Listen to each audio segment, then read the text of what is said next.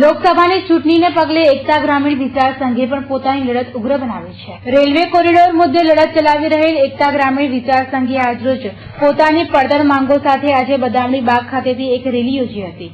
Banner poster સાથે railway કોરિડોરમાં ખેડૂતોને યોગ્ય ન્યાય મળે તેવી માંગ કરવામાં આવી હતી.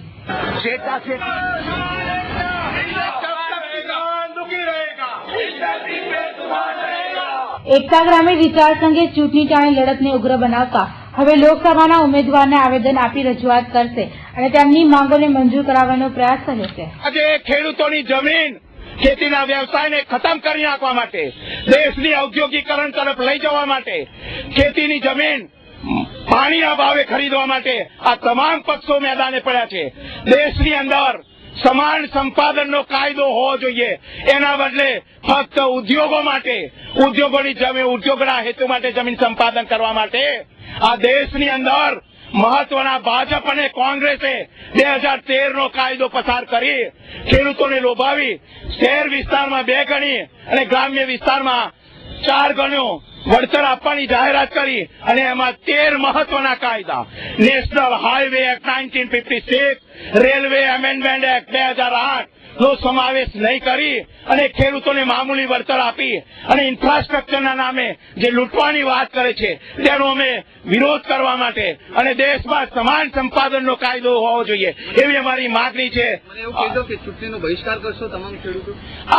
આ દેશની અંદર ચૂંટણીનો બહિષ્કાર કરવો એ જરૂરી છે, પરંતુ અમારા ગામડાની અંદર પણ આ કોંગ્રેસ અને ભાજપે એવા ભાગ પાડી દીધા છે કે જે મધ્યમ અને ગરીબ વર્ગનો માણસ છે એનો અવાજ નરેન્દ્ર મોદી શું જિલ્લા પંચાયતના પ્રમુખ સુધી પહોંચવા નથી દેતા.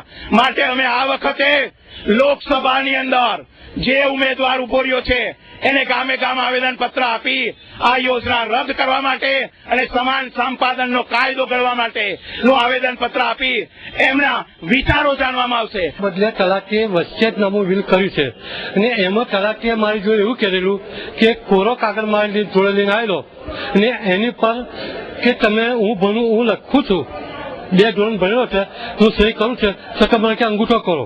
એટલે મેં અંગૂઠો કર્યો અને અંગૂઠો કરીને મારા બાપુનું નામ મને કે તમે લખવો પડશે કરવાનું. એટલે મેં મારા બાપુનું નામ લખ્યું જગમાલ જયસંગ ને જગમાલ જયસંગની નીચે કે આવે તમારું નામ લખ્યું એટલે મેં ખોડા જગમાલ નામ લખ્યું છે ને અંગૂઠો મારો છે. અને આ તલાટીએ 11 નોમો કર્યો, 11 નોમો અંદર દાખલ થઈ ગયો છે. એમાં 1104 બ્લોક નંબર છે. એ નંબર જમીન જે મારી કેસ ચાલ્યો એટલે મને તલાટી ઘેર આવીને કીધું કે ભાઈ તું નોમો બધા તામાં કમી કરી આપું છે પણ તું આ કેસ પાછો ખેંચી લે, મારી નોકરીનો સવાલ આવશે કે. એટલે મેં એના પેટ ના લાખ મારા માટે મેં વિશ્વાસમાં રહી એનો કેસ મારો પાછો ખેંચી લીધો. પછી કેસ પાછો ખેંચી લીધા પછી મારો 1104 નંબર વેચાઈ ગયો. અત્યારે હાલમાં તારીખે 1121 નો કબજેદાર અત્યારે હું છે. અત્યારે ચાલુ મારો કબજો છે. હા, હેરાન થયું છું. 96ની સાલમાં જેલ સુધી એ ફરજ ઉપર હતો ને ત્યાં લગી મને આ નોમોની જાણ નથી. એ ફરજ જતો રહી, એની ફરજ પૂરી થઈ જાય ને રમણભાઈ ઝવેરીપુરા વાળા તલાટી આવ્યા ત્યારે મેં આ નોમો જોયો અને તરત મેં કેસ કરેલો. એ અમરેશભાઈ બ્રહ્મભટ્ટ. ના, અમારા ગામમાં નહીં, એ બહાર નોકરી બજાવે છે.